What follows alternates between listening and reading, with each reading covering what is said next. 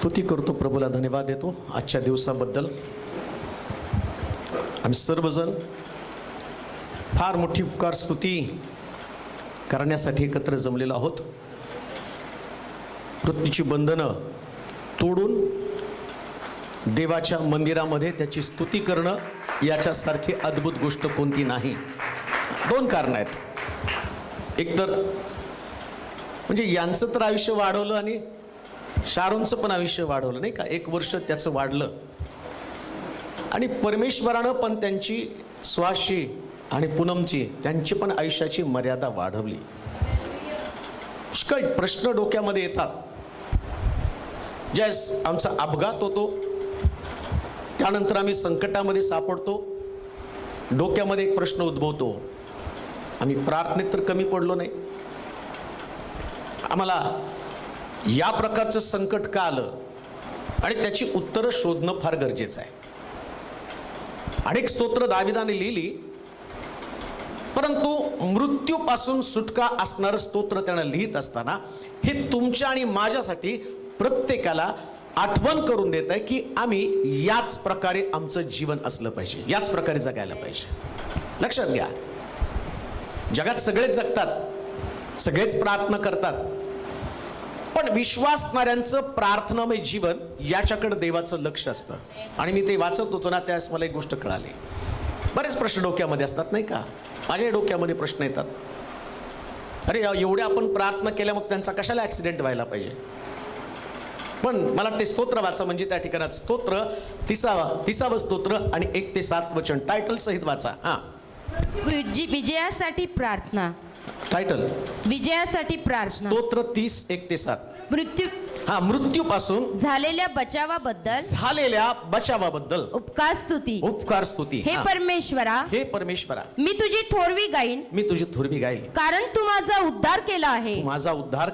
तू माझ्या वैऱ्यास माझ्यावरून हर्ष करू दिला नाही. हे परमेश्वरा, माझ्या देवा, मी तुझा धावा केला आणि तू मला रोगमुक्त केले. दावीद जे स्तोत्र लिहितो त्याच्यामध्ये असं म्हटलं, तू माझ्या वैऱ्यास काय करू दिलं नाही, माझ्यावर हर्ष करू दिला नाही.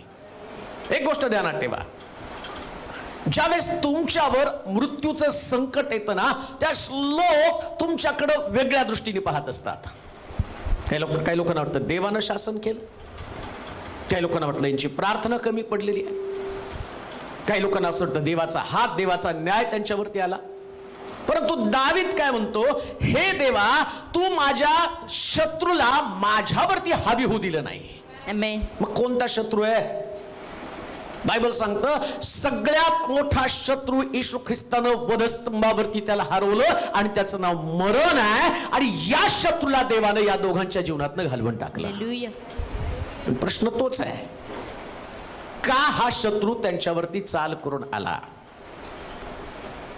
शास्त्रात सांगितलं, सैतान गरजणाऱ्या सिंहासारखा कोणाला खावं, कोणाला गिळावून टपत आहे. लक्षात घ्या, देवाचे लोक जास्त प्रार्थना करतात, जास्त विश्वासामध्ये वाढतात ना. जसं मी पाहतो, दानिएल प्रार्थना करणारा व्यक्ती होता, म्हणून लोकांनी त्याला जिवंत सिंहाच्या गुहेमध्ये टाकण्यासाठी मृत्यूदंड राजाच्या डोक्यामध्ये घातले, यांना मृत्यू द्या.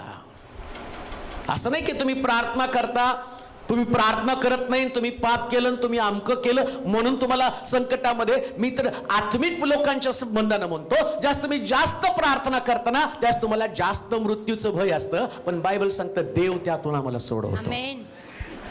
परमेश्वर आमची सुटका करतो. मग परमेश्वर सुटका करत असताना शास्त्रामध्ये अनेक विश्वासणारे योद्धे, नीतिमान लोक, सात्विक लोक, धार्मिक लोक, या धार्मिक लोकांना सुद्धा मृत्यूचं संकट त्यांच्याकडे आलेलं आहे. धार्मिक लोकांच्या बाबतीमध्ये आलेलं आहे. निश्चित देव परीक्षा पाहतो, निश्चित देव चुकल्यावरती दंड देतो. पण जर तुम्ही चुकत नाही, जर तुम्ही प्रार्थनाशील व्यक्ती आहात, तर तुम्ही त्यांच्याकडे पॉझिटिव्हली पहा. लक्षात घ्या, दावीद तो माझे शत्रू यांना तू माझ्यावरती विजय होऊ दिला नाही. म्हणजे लोक तुमच्याविषयी काय विचार करतात ना, हे डोक्यातनं काढून टाका. हालेलुया. प्रॉब्लेम आम्हाला लोकांचाच असतो. आता लोक काय म्हणतील? दावीद माझ्या हृदयासारखा, माझ्या मनातला व्यक्ती, आणि दाविदाला पण प्रश्न तोच. कोणता प्रश्न? लोक आता माझे शत्रू माझ्यावरती विजय करतील. आत्मिक मनुष्याला हा प्रश्न आहे. माझे शत्रू माझ्यावरती आणि हावी होतील आणि ते माझ्या संबंधाने विचार करतील. पण देव तो देव आहे. आमेन. सिंहाची गुहा तुम्हाला दाखवतो आणि सिंहाचं तोंड बंद करून तुम्हाला जिवंतपणे बाहेर काढतो. तो देव आहे. हालेलुया. तो देव आहे. गुहा दिसली म्हणून तिथं काही तुम्ही कमी पडला असं नाही. उलट विश्वासणाऱ्यांना गुहा असणारच आहे. हालेलुया. विश्वासणाऱ्यांना संकट असणारच आहे. प्रार्थनेच्या लोकांना संकट असणारच आहे. पण प्रार्थनेच्या लोकांना संकटातनं देव बाहेर काढतो. संकटात का पाडतो हा मोठा प्रश्न आहे आणि त्याचं उत्तर आम्ही वाचणार आहोत. दुसरे राजे 20 अध्याय 1 ते 8 पर्यंतची वचनं. दुसरे राजे 20 अध्याय 1 ते 8 पर्यंतची वचनं वाचा. दुसरे राजे 20 अध्याय 1 ते 8 पर्यंतची वचनं. त्या समयी हिजकिया आजारी पडून मरावयास टेकला. कशाला टेकला? मरावयास टेकला. हा, आता तिथं आपण असं टाकून देऊ, पूनम आणि सुहास दोघं पण ऍक्सिडेंट झाला आणि मरावयास तिला 58 टाके. 58 का किती? जाऊ दे, 1-2 इकडे तिकडे, पण टाके तर पडले का नाही? तर एवढं कुठं कॅल्क्युलेट करायचं? 57 का 58? पण डोकं तर फुटलं ना सगळं. 58 टाके तिला पडले आणि ती सांगते की ज्यास तिथं मी बघितलं तर हॉस्पिटलला आजूबाजूला लोक मरत होते आणि माझ्या समोर आज मला असं वाटलं आता इथून मी पण काही बाहेर पडणार नाही. मी पण बाहेर पडणार नाही. आणि वास्तव तसं होतं. वास्तव बदलणारा देव आमच्यामध्ये असतो. प्रिया, कशासाठी आलं? हिजकिया राजा आजारी पडला आणि मरावयास टेकला. लक्षात घ्या, विश्वासणाऱ्या लोकांच्या जीवनामध्ये हा अनुभव असणारच आहे. मृत्यूचं भय तुमच्यामध्ये असणारच आहे. पण विश्वासणाऱ्या लोकांनी मृत्यूची पर्वा करायची नाही, कारण ख्रिस्त जिवंत आहे. तर जीवनाचा विचारच तुम्हाला करता आला पाहिजे. जीवनाचा विचार. पण सगळ्यात उत्तम गोष्ट काय होती माहिती का? आम्ही तर कॅन्सल करणार होतो प्रोग्राम. शुक्रवारी ते घडलं नाही का? शुक्रवारीच ना, शुक्रवारी घडलं. शनिवारी इथं मीटिंग आणि तिकडं ते लेकरू रडत आहे. तो शारून तिथं रडत आहे. मग मला मोठा शॉक बसला. त्याला म्हटलं थांब मी येतो आणि पाहतो. आणि दोघांना पण पाहिल्यावर म्हटलं प्रोग्राम कॅन्सल करायचा नाही, कारण आम्ही जर विश्वासात कमी पडलो तर आमचा शत्रू विजयी होणार आहे. पण आम्ही आमच्या शत्रूला विजयी होऊ दिला नाही. का? कारण आमचा विश्वास आमच्या देवावरती होता. प्रियानो, हे विश्वासणाऱ्यांना रोजच्या जीवनामध्ये याच प्रकारचं संकट येणार आहे. पाऊल सुद्धा म्हणतो नाही का, संकट आणि बंधनं माझी वाट पाहत आहेत. हे संकट तुमच्यावरती येणार, संकट येणारच आहे तुमच्यावरती. पण ते संकट येत असताना काय नेमकं केलं पाहिजे? हिजकिया राजा आजारी पडला आणि मरायला टेकला.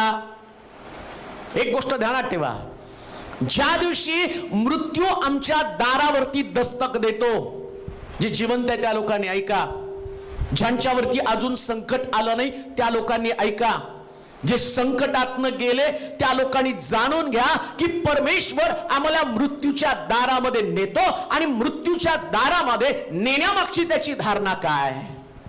हिजकिया राजा आजारी पडला आणि तो मरायला टेकला असं लिहिलंय शास्त्रामध्ये. आता हिजकिया राजा काही साधा सुद्धा व्यक्ती नाही. काय त्याचं वर्णन आहे, वाचा बरं. तेव्हा त्या समयी हिजकिया राजा आजारी पडून मरावयास टेकला. तेव्हा आमोजाचा पुत्र यशया संदेष्टा त्याचकडे येऊन त्याला म्हणाला परमेश्वर म्हणतो आपल्या घराची निर्वाणीराव कर. कोण म्हणते हो? परमेश्वर. नाही, पण कोण जाऊन बोललंय? यशया संदेष्टा. आता विचार करा, पाळकाला बोलवलं प्रार्थनेला. पाळक साहेब मरायला लागलो, प्रार्थना करण. पाळक म्हणतो बोचकावरा, नाही का? काय रिॲक्शन असेल तिथं? आमच्या लोकांनी दिनाकरणला फोन केला असता नाही का? तुम्ही नाही करत तर ते करल. काम देऊ नये का? परमेश्वर ज्या वेळेस त्याच्या सेवकांना हलवत असतो, कशासाठी हलवत असतो? हिजकियाकडे संदेश घेऊन आला, काय? तुझ्या घराची निर्वाणीराव कर. हिजकिया पापी होता का? नाही, त्याच्या संबंधाने त्यांनी सांगितलंय खाली काय लिहिलंय, तो काय म्हणतो, मी कसा आहे. हे परमेश्वरा, हे परमेश्वरा, मी तुझ्या समोर सत्यतेने व सात्विक मनाने वागलो आहे आणि तुझ्या दृष्टीनं जे योग्य तेच करीत आलो आहे याचे स्मरण कर अशी तुला मी विनंती करतो असे म्हणून हिजकिया मनस्वी रडला. तेव्हा ऐक आता, तेव्हा नगराच्या मधल्या चौकात आता हिचकियावरती मरणं. आता देव काय गेम खेळतोय का? आता तुला मरायचं, तुझं बोचकं बांध निघ म्हणायचं, आणि इकडं हिचकियात देवासमोर म्हणतो, देवा माझं काय चुकलं, मी सात्विक मनानं सरळ मार्गानं तुझ्याकडे चाललो, माझं कोणाबरोबर वाईट नाही, मी कुणाचं वाईट केलं नाही, मी कुणाविषयी अपशब्द बोललो नाही, मग मला मरण का? आणि मग त्या ठिकाणामध्ये असं तो बोलला, आणि तिकडे तितक्यात देव ज्यानं निरोप पाठवला त्या सेवकाला जाऊन सांगतो, जा. काय सांगितलं? तेव्हा नगराच्या मधल्या चौकात यशया जाऊन पोहोचतो. तो त्याला परमेश्वराचा संदेश आला. तो हा परत जाऊन माझ्या लोकांचा नायक लीडर हिचकिया यास सांग तुझा पूर्वज दावीद याचा देव परमेश्वर म्हणतो मी तुझी प्रार्थना ऐकली आहे, तुझे अश्रू पाहिले आहे, मी तुला बरं करतो. तू आजपासून तिसऱ्या दिवशी परमेश्वराच्या मंदिरी जाशील. आणि ते तिसऱ्या दिवशी देवाच्या मंदिरात होते. हालेलुया. रविवारी चर्च मध्ये हजर होते, डिस्चार्ज घेतला, ते म्हटले पहिले चर्च मध्ये. मग प्रश्न तोच आहे ज्याचं उत्तर आम्हाला शोधायचं आहे, ज्याचं उत्तर तुम्हाला शोधायचं आहे. तुम्हाला आणि मला हे लक्षात ठेवा, हे देवाचं वचन सजीव आहे, रोजच्या दिवसासाठी आहे. हे शिळ होत नाही. आज त्यांची वेळ, उद्या माझी वेळ. आज ते जिथं सापडले, उद्या तिथं मी पडणार आहे. मी पडण्याच्या अगोदर, धक्का देण्याच्या अगोदर शास्त्र सांगतं, याला आजारी देवानं पाडलं. आजारी पडल्यावर तो बिछाण्यावरती पडला, आणि बिछाण्यावर पडल्यावर देवाचा दास त्याच्याकडे आला. देवाचा दास त्याला येऊन सांगतो की देवानं ठरवलं, आता तुझा आत्मा तुझ्यापासून काढून घ्यायचा. त्याला मोठा प्रश्न पडला. मी देवाच्या दृष्टिकोनातनं सात्विक, देवाच्या दृष्टिकोनातनं निर्मळ, मी चांगलं कर्म करत आलो, प्रार्थनेचं जीवन जगत आलो, आणि आता परमेश्वर म्हणतो की आपल्या घराची निर्वाह कर. त्याला मोठा प्रश्न पडला, देव माझ्या बाबतीमध्ये असा कठोर का झाला? लक्षात ठेवा, कधी कधी देव आमच्यावरती जाणून बुजून संकट आणतो. का? तर आम्हाला आमच्या जुन्या दिवसांची आठवण यावी. आम्ही पूर्वी कसं होतो, जसं हिचकियाला देव आठवण करून देत आहे की तू पूर्वी कसा होता. हिचकियाच्या तोंडातनं आपल्या स्वतःसाठी साक्ष बाहेर पडत आहे, आणि ती साक्ष परमेश्वराला ऐकायची. मला असं वाटतं हिचकियाचं प्रार्थनामय जीवन, पूर्वीसारखं समर्पित जीवन, पूर्वीचं त्यागाचं जीवन, पूर्वीचं शुद्ध जीवन, पूर्वीचं देवाला आणि ज्या पद्धतीने तो वर्तन करत होता, तो म्हटलं मी सरळ वागत होतो. परमेश्वर त्याला म्हणतो, तू सरळ होता, परंतु आता तुझ्यामध्ये कुठेतरी वाकड आहे. आता तू पूर्वी जसा सात्विक होता, आता तुझ्यामध्ये कुठेतरी आणि अशा गोष्टी पडलेल्या आहेत की त्या तुझ्यामध्ये रिपेअर होणं गरजेचं आहे. देवाचे प्रिय लोक हो, तुमचा देव आणि तुम्हाला सरळ करण्यासाठी, तुमचा देव तुम्हाला पुन्हा धार्मिक करण्यासाठी, तुमचा देव तुमची पुनर्बांधणी करण्यासाठी, तुमचा देव आणि तुम्हाला दंड देण्यासाठी नाही, तर तुमचं रिस्टोरेशन करण्यासाठी आणि तुम्हाला बोध करत असतो. म्हणून एक गोष्ट ध्यानात ठेवा, रोजच्या दिवसामध्ये मी माझ्या आत्मिक जीवनाची काळजी करणं फार गरजेचं आहे. जर माझं आत्मिक जीवन मी सांभाळलं नाही, तर हिचकियाला ज्याप्रमाणे म्हणतो, तो आपल्या घराची निर्माण कर. आणि परमेश्वरानं सगळ्याला ती संधी दिली नाही. शास्त्रात लिहिलं, एक मनुष्य आणि त्यानं आपल्या शेतामध्ये धान्य पिकवलं आणि कोठारं समृद्ध केली, आणि तो म्हणतो, हे जीवा खा पी मजा कर. आणि देवाचं वचन सांगतं, देव त्याच्याशी बोलला, आज तुझा आत्मा तुझ्यापासून काढून घेतला जाणार आहे. त्याला संधी मिळाली नाही, पण यांना संधी मिळाली. याचं कारण काय? बायबल सांगतं, परत एकदा आत्मिक जीवनाची ते अग्रेसिव्हनेस आणि ती उत्सुकता, ती ईर्ष्या आणि ते देवाविषयीचं समर्पण आणि त्या पूर्वीच्या प्रार्थना, पूर्वीचं देवाविषयीचा आवेश आमच्यामध्ये जाग व्हावं. आणि हिचकिया एवढ्या वर्षातनं पहिल्यांदा त्याचा आत्मिक मनुष्य जागा झाला. आणि शास्त्र सांगतं, तो परमेश्वराच्या मंदिरामध्ये रडला. कधी कधी देवाला असं वाटतं, माझी लेकरं माझ्याकडे पाहून त्यांनी रडावं, त्यांना जाणीव व्हावी, जगामध्ये सगळ्या गोष्टी माझ्याकडे आहे, परंतु मला वाचवणारं फक्त देवाचं सानिध्य, मला वाचवणारं फक्त देवाचं सानिध्य. या जगामध्ये मेडिसिन तुम्हाला वाचवणार नाही, कोणी तुम्हाला वाचवणार नाही, पण देव देव तुम्हाला वाचवेल, परमेश्वर तुमचा बचाव करेल. आणि परमेश्वर याच गोष्टीसाठी हिजकियाला तो आजारी पाडतो आणि हिजकिया कन्फेशन द्यायला सुरुवात करतो. काय त्याचं कन्फेशन आहे? काय कन्फेशन आहे? वाचा. हे परमेश्वरा, हे परमेश्वरा, मी तुझ्या समोर सत्यतेने व सात्विक मनाने वागलो आहे आणि तुझ्या दृष्टीने. मग हे देवाला माहित नव्हतं का? तो म्हणतो तुझं उठणं, बसणं, चालणं, बोलणं, निजणं सगळं मला माहिती आहे.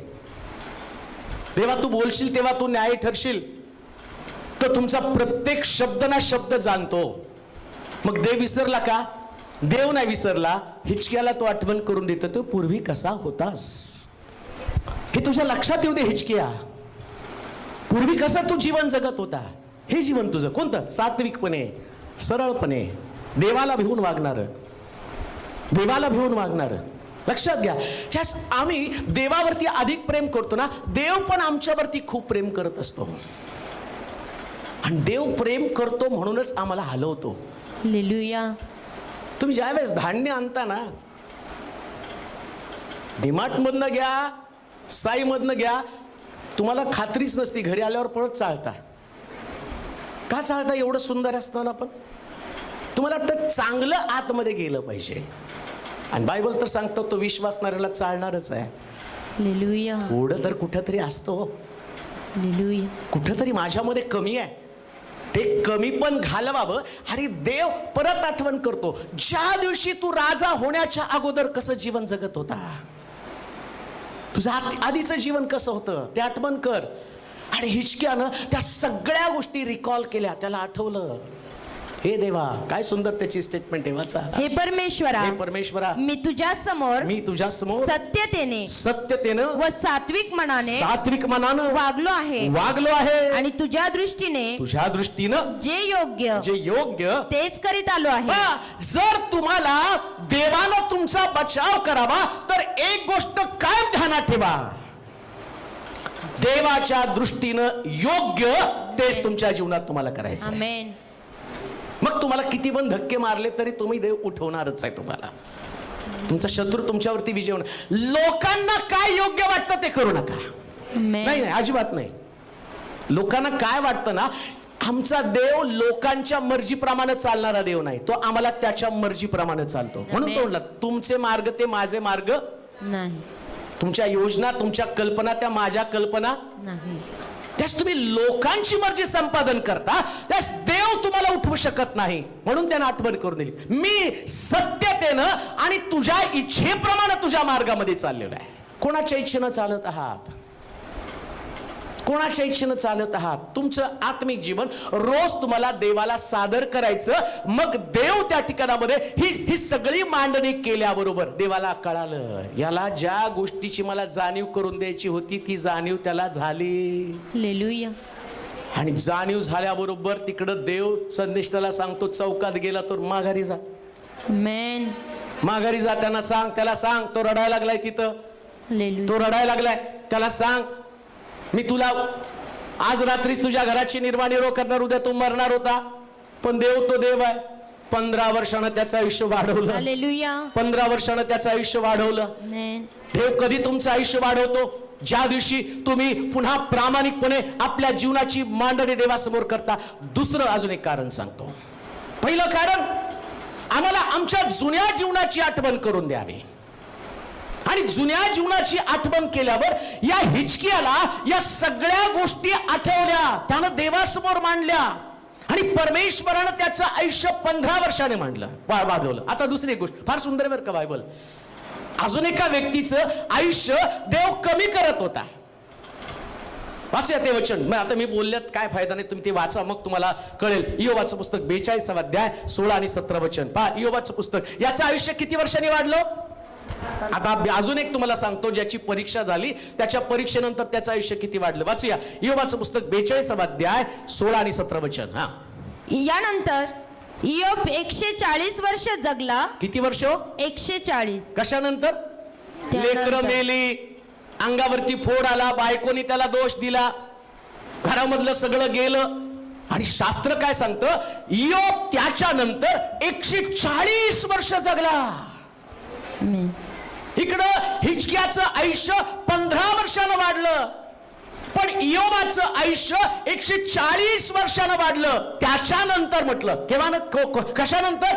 ज्या वेळेस त्याचे परीक्षेचे दिवस संपले त्याच्यानंतर पुढे 140 वर्ष जगला. आणि त्यानं 4 पिढ्यापर्यंत. किती पिढ्यापर्यंत? 4 पिढ्या. बघा आता, शारोनचं लग्न, त्याचा मुलगा, त्याचा मुलगा आणि त्याचा मुलगा. हालेलुया. कसं व्हायचं सांगा? आता म्हाताऱ्याला ह्यानी कसं सांभाळायचं हा मोठा प्रश्न आहे. बायबल सांगतं 4 पिढ्या त्याचं आयुष्य वाढवलं. कारण काय? परीक्षा होताना देवाला दोष न देता सगळं स्वीकारलं. आमेन. हे विश्वासणाऱ्याचं जीवन. हो द्या परीक्षा. बायको म्हणती काय सत्व करून राहिला, देवाला दोष द्या, मरून जा. खूप सोपं आहे, देवाला दोष द्यायचा आणि मरून जायचं. पण खूप चांगलं आणि कठीण काय? परीक्षा होत असताना देवामध्ये टिकून राहणं. आणि देवामध्ये टिकून राहून एक गोष्ट ध्यानात ठेवा, हिजकियानं प्रार्थना केली, तो मनस्वी रडला. इयोबाच्या बाबतीमध्ये सुद्धा आम्ही पाहतो, इयोबानं सुद्धा 10व्या वचनामध्ये वाचा बरं. जे तुमचे प्रतिकूल परिस्थितीमध्ये देव ही परिस्थिती आमच्यामध्ये निर्माण का करतो? वाचो 10 वचन.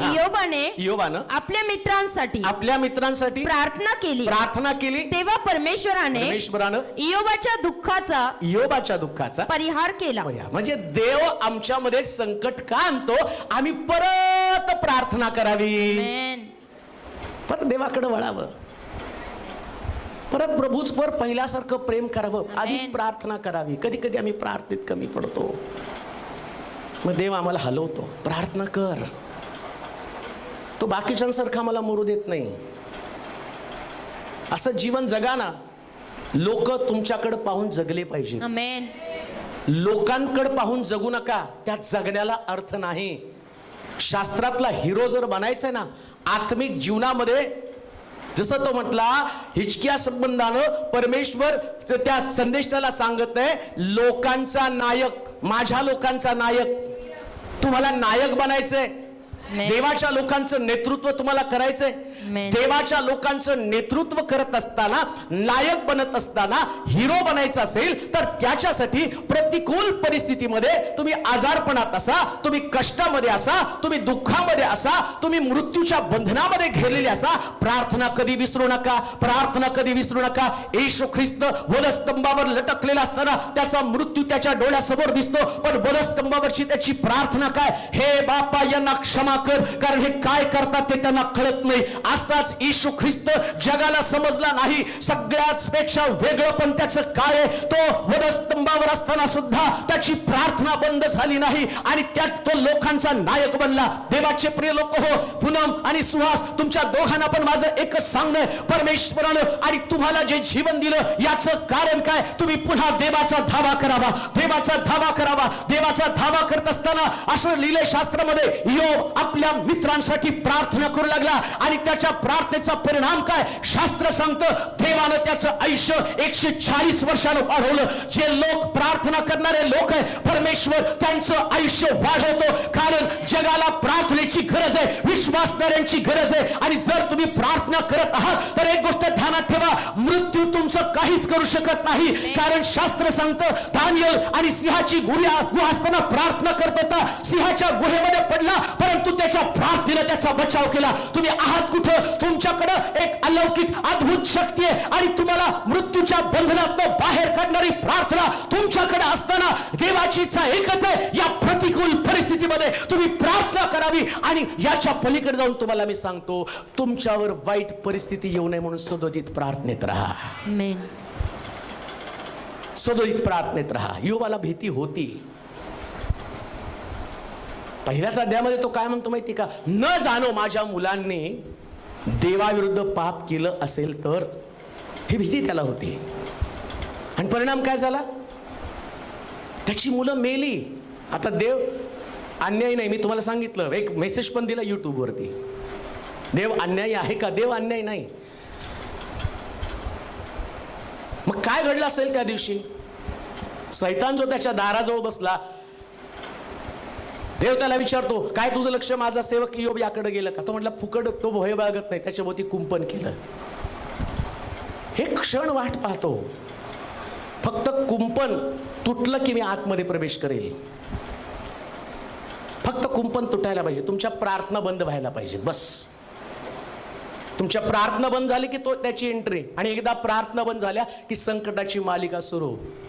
पण इथं असं लिहिलंय 10व्या वचनामध्ये, काय लिहिले वाचा, फार सुंदर आहे. इयोबानं आपल्या मित्रांसाठी प्रार्थना केली. आता रिॲक्शन, देवाची रिॲक्शन पहा. तेव्हा परमेश्वरानं इयोबाच्या दुःखाचा परिहार केला. पूर्वी इयोबाची मालमत्ता होती, तिच्या दुप्पट परमेश्वराने त्याला दिली. म्हणजे तुम्ही ज्यावेळेस प्रार्थना बंद करता तेव्हा धक्का देतो. का धक्का देतो? त्याला बोनस द्यायचं असतं तुम्हाला. हालेलुया. त्याला वाटतं तुम्ही प्रार्थना करावी आणि तुम्हाला सगळं दुप्पट मिळावं. आमेन. आता किती दुप्पट घेता काय माहिती. हालेलुया. देव ज्यावेळेस काहीतरी काढून घेतो ना, त्याच देवाला त्याच्या मनात तुम्हाला काहीतरी द्यायचं असतं. आमेन. म्हणते इसाकाला तोटला वेदीवरती अर्पण कर. अब्रामाला मोठा प्रश्न पडला, एकच मुलगा आणि तो वेदीवरती अर्पण कसा करायचा? तो म्हटलं, कर वेदीवरती अर्पण. त्याने अर्पण केला. हातावर याच्यापासून मी एक मोठं राष्ट्र. तू तर एका मुलाचा विचार करत होता, पण तू प्रार्थना केली, वेदीवरती त्याला अर्पण केलं, याच्यापासून मी मोठं राष्ट्र निर्माण करेल, हे अभिवचन देवानं त्याला दिलं. ही तुमच्या प्रार्थनेची सुरुवात. आणि म्हणून देव आमच्यावरती एक विपत्ती, मरणाचा प्रसंग आणतो. आमचं आयुष्य देव वाढवतो. कशासाठी? आम्ही इतरांसाठी प्रार्थना करावी. मी तर म्हणतो, आता तुम्हाला प्रार्थनेची गरज आहे. लोकांसाठी प्रार्थना करा. का लोकांसाठी प्रार्थना करायची? पुढच्या वचनामध्ये जाऊया. स्तोत्र संहिता त्याचा 30वा अध्याय आणि त्याचं 3रं वचन वाचा बरं. कशासाठी देवानं आम्हाला त्या जीवन दिलं? हे परमेश्वरा, तू माझा जीव अधोलोकातून वर काढिला. तू माझा जीव अधोलोकातून वर काढला. गर्तेत पडलेल्यांमधून तू मला जिवंत राखलं. कोणी बाहेर काढलं? परमेश्वर. कोणी बाहेर काढलं? परमेश्वराने. कोणी दवाखान्यात नेले यांना? कारवाल्याने नाही. कधीच नाही. कोणी तुम्हाला घेऊन जात नाही. देव अंतःकरणात काम करतो. लक्षात घ्या, देव अंतःकरणात काम करतो. आम्हाला कळलंही नसतं. ऍक्सिडेंट पण अशा ठिकाणी, सैतान अशा ठिकाणात घेऊन गेला की त्या ठिकाणामध्ये कोणाच्या नजरेला ते पडायला नाही पाहिजे. पण देवाच्या नजरेपासून कोण वाचणार आहे? आकाशात चढलो तर मी तिथं आहे, समुद्रात गेलो तर त्या ठिकाणात मी आहे. परमेश्वर सगळीकडे आहे. ऍक्सिडेंट करून सैतान आलं, तो म्हटला असं. त्यांनी पण गाडी पाहिल्या निवांत थांबले. त्यांना वाटलं पण नाही गाडी येईल त्या ठिकाणात. तो माझा ब्रेक अचानक फेल झाला. का? त्या देवील, त्या सैतानाची योजना होती यांना दोघांना मारून टाकावं. परंतु देव म्हटलं, तू काम मारायचं कर, मी वाचवायचं काम करेन. आणि मी वाचवत असताना अशा पद्धतीने वाचवेल की ती साक्ष होईल, उपकार स्तुती होईल, लोक एकत्र येतील, परमेश्वराचं गौरव करतील. सैतान त्या दिवशीच पराभूत झाला. उपकार स्तुती करण्यासाठी मी देवाच्या मंदिरात आलो. म्हणून दुसरं काम, याच्यानंतर गौरव फक्त देवालाच. आमेन. देवाला गौरव प्रिया. हालेलुया. त्याला सुवासला तर सांगितलं होतं डॉक्टरने, ऑपरेशन करा. ते हड्ड्या तोडायला मोकळेच आहेत अश्विनीवाले, नाही का? तुमचं पाकिट फाडायचं आणि तुमच्या हड्ड्या तोडायचं मोकळं. पण देवानं दुसऱ्या डॉक्टरच्या तोंडात शब्द घातले, काय नाही झालं, उठ चाल. हालेलुया. दुसऱ्या आठवड्यात तो फिरायला पण लागला. हालेलुया. देव घडवतो. आमेन. गौरव फक्त देवालाच द्या. आमेन. गौरव फक्त देवाला. का देवानं वाचवलं? त्याला गौरव दिलं पाहिजे. कुठं दिलं पाहिजे? वाचा बरं. 3रा मुद्दा मी सांगतो त्याच्यात. हे परमेश्वरा, तू माझा जीव. 4थ्या वचनामध्ये अहो परमेश्वराचे भक्त हो. अहो परमेश्वराचे भक्त हो. त्याचे गुणगान गा. आणि त्याच्या पावित्र्याचं स्मरण करताना त्याचा धन्यवाद करा. कशासाठी प्रभूनं वाचवलं? धन्यवाद करा. बिर्याणी खायला? उपकार स्तुती म्हणजे आम्हाला वाटतं बिर्याणी नाही हो. एकत्र येऊन देवाचं गौरव करावं, त्यांना भेटावं, तिच्या डोक्यावरचे टाके पाहून म्हणा, तुला देवाशिवाय कोणी वाचवलं नाही. हालेलुया. तुला देवाशिवाय कोणी वाचवलं नाही. हालेलुया. शास्त्र सांगतं परमेश्वर आमच्या जीवनामध्ये एक गोष्ट लक्षात ठेवा, बारीक सारीक साक्ष घडली तरी उपकार स्तुती विसरू नका बरं का. हालेलुया. हे लोक म्हणतात नाही लई मोठा ऍक्सिडेंट झाल्यावर नाही, अजिबात नाही. मी तर म्हणतो सर्दी झाली तरी उपकार स्तुती ठेवा. बिर्याणी करू नका पण ऍटलिस्ट प्रार्थना तर ठेवा ना. हालेलुया. कशाला प्रार्थना ठेवायची? देवानं वाचवलं, Amen. बाकीच्यांना सर्दी झाली, ते करोना होऊन मरून गेले, आम्ही जिवंत आहोत, प्रभूनं आम्हाला Hallelujah. सांभाळलं, प्रभूनं आमचं रक्षण केलं. Amen. किती लोकांना आम्ही पाहतो छातीत दुखलं आणि ते आज जग सोडून गेले, कोण पॅरालिसिस होऊन घरी पडलं, तुम्हाला 2-3 अटॅक आले, अमक झालं तमक झालं, शुगर वाढली, हे झालं. तुम्ही जिवंत आहात, मग देवाची Hallelujah. किती स्तुती केली पाहिजे. भक्तांमध्ये देवाची स्तुती करावं. देव स्तुतीचा भुकेला आहे, तो तुमचं आयुष्य वाढवतो. त्याच्यामध्ये देवाची धारणा काय? लोकांबरोबर, देवाच्या लोकांबरोबर त्याचं गुणगौरव करावं, त्याचे आभार मानावे. परमेश्वराने तुम्हाला कसं वाचवलं, परमेश्वराने तुम्हाला कसं संकटातनं सोडवलं. म्हणून एक गोष्ट ध्यानात ठेवा, परमेश्वराला गौरव देणं कधी विसरू नका. परमेश्वराचं गौरव करणं हेच आमचं जीवन आहे. आमच्या जीवनात दुसरा चांगला अनुभव कोणताच नाही. आमच्या जीवनातला सगळ्यात मोठा अनुभव, आम्ही जिवंत आहोत. आमच्या नाकपुड्यातला श्वास फक्त त्याची देणगी. आमच्या नाकपुड्यातला श्वास हे त्याचं गौरव आहे. या जिवंतांच्या भूमीवर त्यानं आम्हाला प्रार्थना करण्यासाठी जिवंत ठेवलं. आम्हाला खाण्यापिण्यासाठी नाही, मौज मजा करण्यासाठी नाही, तर फक्त प्रार्थना करण्यासाठी. म्हणून आम्ही पाहतो योबानं प्रार्थना केली, त्याचं आयुष्य 140 वर्षानं वाढली. आणि तिथं असं लिहिलं, हिजकियानं आपल्यासाठी प्रार्थना केली, त्याचं आयुष्य 15 वर्ष वाढलं. Amen. कळलं का देवाचं गणित? हालेलुया. ज्यास तुम्ही स्वतःसाठी प्रार्थना करता त्यास फक्त तुमचं आयुष्य 15 वर्ष, आणि ज्यास तुम्ही इतरांसाठी प्रार्थना करता त्यास तुमचं आयुष्य देव 10 पटीनं वाढवतो. हालेलुया. कुठं 140 आणि कुठं 15. आत्मिक जीवनाचं सिक्रेट जाणून घ्या. प्रभू मला जिवंत का ठेवतो, तर मी अनेकांसाठी मध्यस्थी करावी, रदबदली करावी. Amen.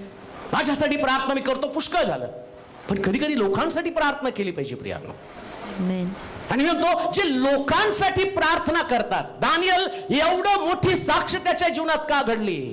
प्रार्थना त्याची वाचा दे. तो आपल्या राष्ट्रासाठी, आपल्या देशासाठी, आपल्या लोकांसाठी प्रार्थना करत होता. एक गोष्ट ध्यानात ठेवा, तुम्हाला एकमेकांसाठी प्रार्थना करायला देवानं जिवंत ठेवलेलं आहे. तुम्ही जगावं म्हणून नाही, तुम्ही दुसऱ्याला जगवावं म्हणून प्रार्थना करायला ठेवलेलं आहे. तुम्ही जगावं म्हणून नाही. बाकीचे लोक पण जगतात, पण आमचं जगणं आमच्या स्वतःसाठी नाही. आमचं जगणं देवाचं राज्य वाढावं याच्यासाठी आहे. आणि देवाच्या राज्यातला प्रत्येक व्यक्ती याला देव आयुष्य का देतो? म्हणून शारोनला पण देवाने नवीन वर्ष का दिलं? प्रार्थना करावी. Amen. प्रार्थनेकडे देव या परिवाराला घेऊन येतो. जास्त प्रार्थना करा, जास्त सेवेमध्ये राहा. हा, त्याच्याकडे त्याला जास्त मी मीटिंगला इकडे तिकडे घेऊन जातो. लोक त्याच्याकडे पाहून इतके खुश होतात. काय तुमची टीम आहे, काय डेडिकेशन आहे त्यांचं एवढ्या तरुणपणामध्ये, आणि ते तुमच्या मागे येतात का? मी म्हटलं त्याचं समर्पणच मी केलंय, तेव्हापासून तो माझ्या बरोबर आहे. हालेलुया. त्यावेळेस प्रभू या लोकांकडे पाहून म्हणतो, जे माझ्या सेवेसाठी समर्पित आहे, मी त्यांना या सगळ्या बंधनातनं बाहेर काढून मी माझं गौरव त्यांच्याकडनं करून घेईन. लक्षात ठेवा. का वाचले ते? का वाचले ते दोघं हसबंड वाईफ? कारण मुलाचं समर्पण सेवेसाठी देवाच्या मार्गामध्ये त्या दोघा नवरा बायकोचं नेहमी त्यांच्या डोक्यात असतं. त्यांच्याशी डिस्कशन करताना ते सांगतात, पोराला आमच्या कुठं नोकरीला नाही, त्याला सेवेमध्येच द्यायचं. एकुलता एक पोरगा म्हणजे डोक्यात किती असतं, काहीतरी बिझनेस करावा, अमकं करावं. ते काय म्हणतात, त्याचा बिझनेस आम्ही सांभाळू, पण यानं देवाचं राज्य सांभाळावं. अशी जर तुमची धारणा असेल तर का मग देव तुम्हाला वाचवणार नाही? म्हणून त्यानं म्हटलं, मी लोकांसमोर तुम्हाला उंच करेल. कशासाठी? माझं गौरव तुमच्या मुखातनं बाहेर पडावं. म्हणून देवाचे प्रिय लोक, एक गोष्ट ध्यानात ठेवा, आम्ही देवाच्या सेवेसाठी समर्पित असणं गरजेचं आहे. बस. Amen. आणि तो सेवा सगळ्यात भारी बरं का जगातली. हालेलुया. सगळ्यात जबरदस्त काम जर कोणतं असेल तर सेवा. परवा कुठल्या तरी त्यांनी सांगितलं की मी अमेरिकेमधला स्पेशल डॉक्टर आहे. त्याने मला फोन केला, माझं फार मोठं हॉस्पिटल तिकडं आहे. मग म्हटलं माझी काय गरज लागली? माझ्यासाठी प्रार्थना करा, कारण माझ्या मनाला शांती नाही. अरे तो दुसऱ्याला गोळ्या देतो आणि तुला गोळ्याची गरज लागली. म्हणून म्हणतो सगळ्यात भारी काम काय असेल तर प्रार्थना, देवाची सेवा. प्रियानो, तुमच्या डोक्यात तेच असलं पाहिजे, सेवा सेवा सेवा सेवा. देव त्याच्या सेवकाभोवती, वाचा खालच्या वचनामध्ये, परमेश्वराचे भक्त हो, त्याचे गुणगान गा आणि त्याच्या पावित्र्याचं स्मरण करताना त्याचा धन्यवाद करा, कारण त्याचा क्रोध क्षणमात्र राहतो. का त्याचा धन्यवाद करायचा? परमेश्वरानं या धक्क्यातनं सावरल्यावर आता देवाचं गिफ्ट काय ते तुम्हाला सांगतो. म्हणून म्हटलं कोणावरती संकट आलं वाईट वाटून घ्यायचं नाही. लोक तुमच्याविषयी काय विचार करतात ते पण वाईट आता देवाच्या मनात काय ते तुम्हाला समजलं पाहिजे ना. देवाच्या मनात काय देवाच्या मनात, वाचा बरं. त्याचा क्रोध क्षणमात्र राहतो, त्याचा प्रसाद आयुष्यभर राहतो. मेन बायबल सांगतं आता तुम्हाला बोनस काय, आयुष्यभरचे आशीर्वाद तुम्ही साठवले. हालेलुया. कोणी दिले? देवानं दिले. देवानं ठरवलं तुमच्याकडं आयुष्यभर पुरेल एवढे आशीर्वाद असावेत. आता संपणारच नाही. लक्षात ठेवा, देवाचा पुरवठा संपत नाही. शास्त्रात सांगतं ज्यावेळेस आणि त्या मुलानं 5 भाकरी 2 मासे दिले आणि ते येशूने त्यांना आशीर्वाद दिला आणि 5000 लोकांना पुरले आणि उरले. लक्षात ठेवा, या शहरासाठी, या मंडळीसाठी देव तुम्हाला पुरून उरेल इतके आशीर्वाद देणारे आणि तुमचा वापर देव त्याच्या राज्यासाठी इतका महानतेनं करेल. परमेश्वराची त्याच्या अंतःकरणामध्ये आणि तुमच्यासाठीचं प्लॅनिंग काय, त्याच्या अंतःकरणामध्ये तुमच्यासाठीची योजना काय. तो म्हणतो मी सर्व काय तुला आशीर्वादाचा साठा करेल. शारोनसाठीचं अभिवचन काय, तू असा तसा मुलगा नाही तर परमेश्वर तुझ्या बाबतीमध्ये त्याच्या डोक्यामध्ये योजना काय तर तू ब्लेसिंग स्टोरेज, तू आशीर्वादाचा साठा सावा. आशीर्वाद घेऊन जाताना, चालताना आणि जाताना, तू वाहताना आशीर्वाद तुझ्यातनं वाहवे. तुझ्या संपर्कात येणारा व्यक्ती हा आशीर्वादित व्हावा. म्हणून परमेश्वरानं तुला एक नवीन वर्ष दिलं आणि तुझ्या परिवाराला वाचवण्यामागच्या देवाची धारणा काय, तो म्हणतो मी तुला आशीर्वादाचा साठा करेल. बस. मग तुम्ही पडा झाडा, हॉस्पिटलमध्ये जा, ऍडमिट व्हा. येताना मात्र बोचकं घेऊन या आशीर्वादाचं. हालेलुया. हालेलुया. तिथं तुमच्या हॉस्पिटल मधलं काही बोचकं घेऊन यायचं नाही. येताना तुमच्याकडे ते म्हणतो आता जाताना माझ्याकडं जे माझं आहे ते मी तुला देतो. तुझ्याकडं आशीर्वादाचा साठा. सुहास पूनम, प्रभू तुमच्या संबंधाने काय म्हणत आहे, माझा आशीर्वादाचा साठा. कधी? मृत्यूच्या दारातनं आल्यावर. नाही का? असलं वचन असं वाटतं की आपण जाऊन यावं तिथं, नाही का? तुम्ही जाऊ नका पण बळबळ काहीतरी करून घेऊ नका कारभार. मृत्यूच्या दारातनं बाहेर आल्यावर काय म्हटलं तो? त्याचा क्रोध क्षणमात्र राहतो. आता एंड करणारे 6 वचन. मी तर आपल्या संपत्काली. आता निर्णय काय? मी तर आपल्या संपत्काली म्हटलं मी कधी ढळणार नाही. आता काय निर्णय असला पाहिजे? मी किती धक्के मारायचे मारू द्या, हालेलुया, किती संकट यायचे येऊ द्या, पण मी मात्र ढळणार नाही. ढळायचं नाही. आता मेन अजिबात घाबरायचं नाही. का? कारण वचन माणूस बोलत नाही, देव बोलतो. आमेन. दाविदाचा निर्णय मृत्यूच्या बंधनातनं बाहेर आल्यावर त्याचा डिसिजन काय, त्याचा निर्णय काय? म्हटलं आता काही झालं तरी वाचा परत. मी तर आपल्या संपत्काली. संपत्काली म्हणजे पुढं बर का. आता पुढं जर परत काय आलं तर म्हटलं मी कधी ढळणार नाही. हे परमेश्वरा तू प्रसन्न होऊन माझा पर्वत खंबीर केला. आता काय म्हटलं, माझा डोंगर. मेन आधी लेचपेच होतो, आता ऍक्सिडेंट नंतर मात्र एकदम पर्वतासारखं आहे. किती धक्के उलट लोकांना जाऊन सांग काय घाबरायचं त्याच्यामध्ये. 58% माझ्यावर उघडा.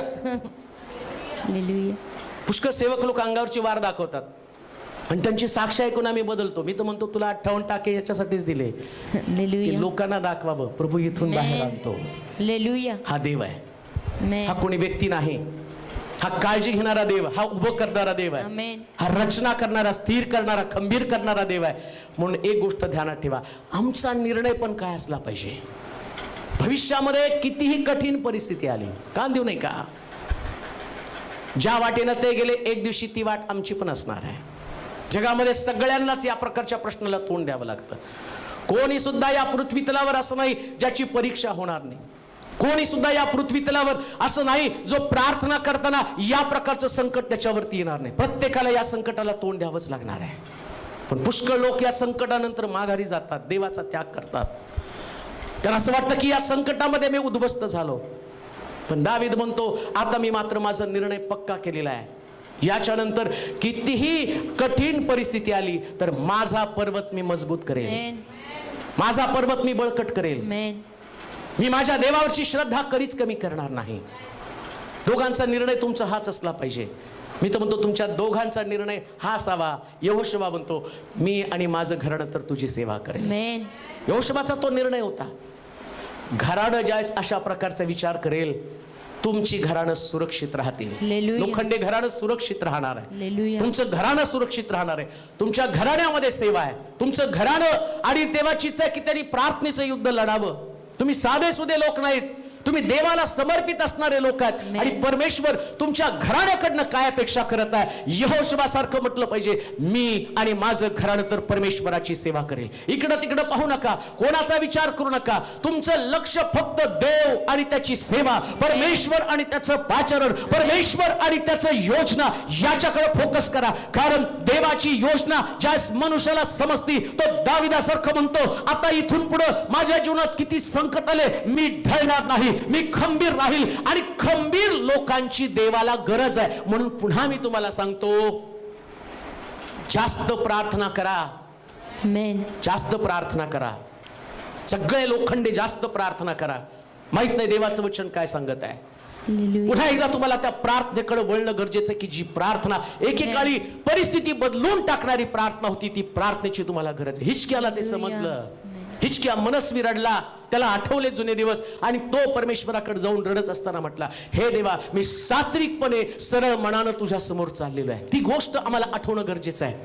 आमचं जीवन किती महत्वाचं आहे, आमचं जीवन किती मौल्यवान आहे. किती साक्षी तुमच्या घराण्यामध्ये घडलेल्या आहेत. कुठं तुम्ही होता, देवानं तुम्हाला कुठं आणलं, कशा पद्धतीनं देवानं तुमची रचना केली, जी आणि खरं तर आपली योग्यता तेवढी नव्हती, पण देवानं त्याच्यापेक्षा लायक आम्हाला बनवलेलं आहे, त्याच्यापेक्षा मोठं आम्हाला बनवलेलं आहे. एक काळ या शहरामध्ये आम्हाला ओळखणारं कोणी नव्हतं, परंतु आता या शहरात असा एक भाग नाही की तुम्हाला ओळखत नाही. याचं कारण काय? हे देवाचं वचन तुमच्याकडे आलं. ह्या देवाच्या वचनानं आणि तुमच्या जीवनाची जडणघडण केली. आणि परमेश्वर पुन्हा एकदा आम्हाला तो काय सांगत आहे, जसं हिचक्या मनस्वी रडला आणि त्यानं आपलं सगळं जुनं जीवन परमेश्वरासमोर मांडलं. प्रभू, मी अशा प्रकारचं होतो. देव त्याला म्हणत आहे, हेच मला तुझ्याकडनं अपेक्षित होतं. हिचकिया, आता तुझं आयुष्य कमी करणार नाही. कान देऊ नये का? लोखंडे घरानं कान देऊ नये का? परमेश्वर तुमच्याकडनं हीच अपेक्षा करत आहे की परत एकदा त्याच गौरवामध्ये, त्याच वैभवामध्ये, प्रार्थनिक जीवनामध्ये अशाच पद्धतीने उभं राहावं की त्या ठिकाणामध्ये. आणि परमेश्वर आठवण करून देत असताना म्हणतो, जा, आता तुझं घराणं नष्ट होणार नाही. मी तुझं आयुष्य 15 वर्षानं वाढवतो. मी तुझं आयुष्य 15 वर्षाने वाढवतो. आमच्या देवाला रिड्यूस करायला, घटवायला आवडत नाही. देवाला वाढवायला आवडतं. पण जेवढं आमच्या प्रार्थना वाढेल तेवढं आमचा परिवार वाढेल. जेवढं आमचा प्रार्थना वाढेल तेवढे देवाचे आशीर्वाद वाढतील. जेवढ्या आमच्या प्रार्थना वाढतील तेवढा देवाचा अनुग्रह तुमच्यावरती वाढणार आहे. म्हणून परमेश्वर जे सांगत आहे, प्रामाणिकपणे खाली मान घालून त्याच्या समोर कबुली देऊन म्हणायचं, प्रभूजी, जसं हिचक्यानं कबुली दिली तशी आम्ही कबुली देतो. आणि म्हणतो, पुन्हा एकदा सात्विक मनानं, खरं मनानं तुझ्या समोर चालेल. आणि ज्यावेळेस हा शब्द देव ऐकेल, तो म्हटला, मी तुझं आयुष्य 15 वर्षानं वाढवलं. यांचं आयुष्य देवानं किती वाढवलं मला माहित नाही, पण एक गोष्ट निश्चित आहे, या पृथ्वी तलावर जोपर्यंत आम्ही आहोत, तुम्ही आहात, तोपर्यंत तुम्ही आशीर्वादाचा साठाच आहात. मी देवाचे आभार मानतो. हा परिवार या मंडळीसाठी आशीर्वादाचा साठा आहे. नव्हे, या मंडळीतला प्रत्येक परिवार हा मंडळीसाठी आशीर्वादाचा साठा आहे. नुसतं मंडळीसाठीच म्हणत नाही, या शहरासाठी तुम्ही लोक आशीर्वादाचे साठे आहात. तुमच्याकडे आशीर्वाद आहेत आणि हेच आशीर्वाद आम्हाला एकमेकांमध्ये न्यायचे. देवा त्यांना आशीर्वादित करो. प्रभूचं नाव उंच करतो, त्याला महिमा देतो.